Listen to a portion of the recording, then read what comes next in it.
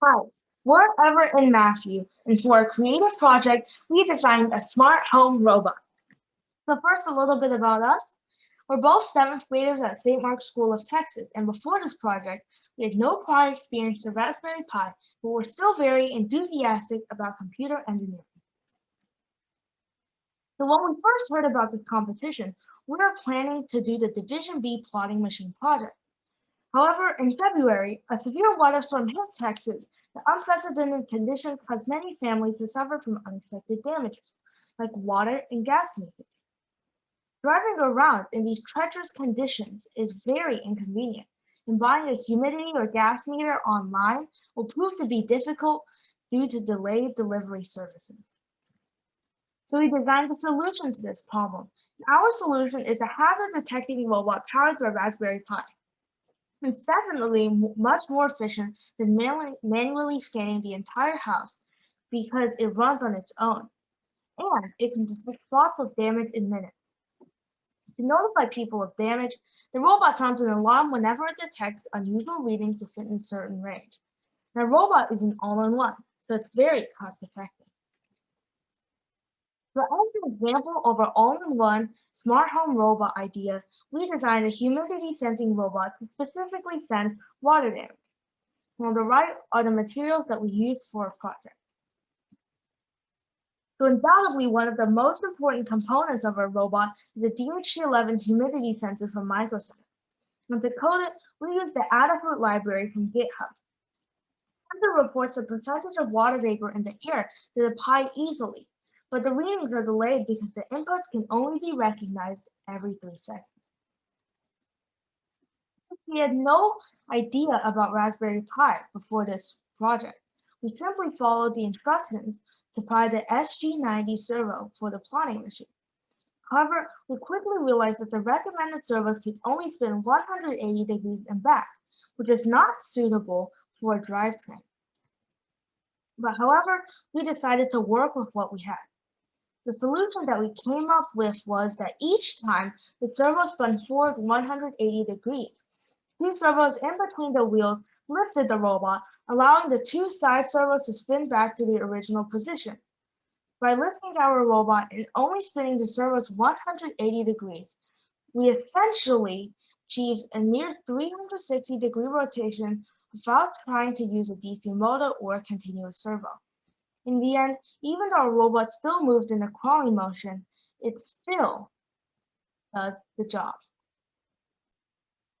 So here's the procedure for our robot design. We first wired up the necessary parts like an LED, a buzzer, a humidity sensor, power bank, and 4 servos. And next, we coded the robot in Python.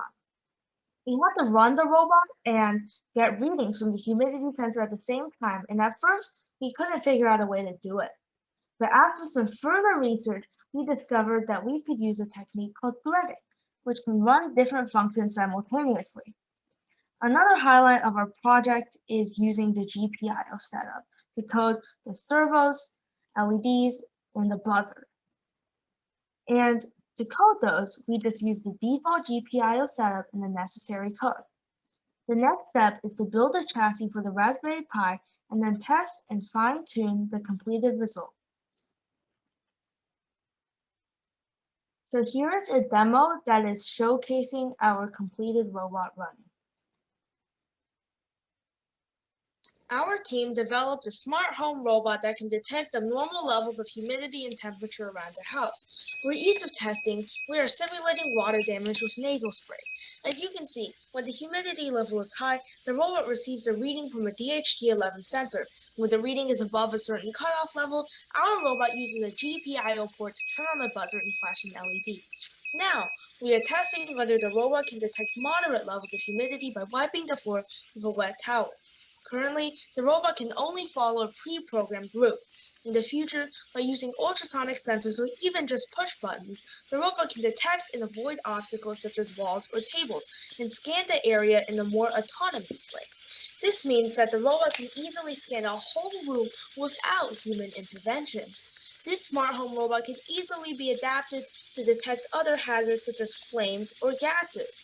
Our robot could be further developed to send readings to a mobile device. Finally, the robot makes the turn and goes back to the original starting point. And albeit with some delay, our robot again captures the area with unusually high humidity. So here's some future research that we can do for a project. The first idea is replacing the DHT11 with more efficient sensors.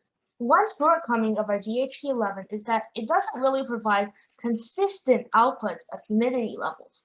And by replacing that with a more efficient sensor, we can definitely get more consistent humidity levels. We can potentially even plot our scanning results and send them to a mobile device. And as discussed in the video, we can also incorporate obstacle detection and expand our robot to other types of sensors to truly make it an all-in-one smart home robot. And thank you for your attention, and we look forward to answering your questions at the competition.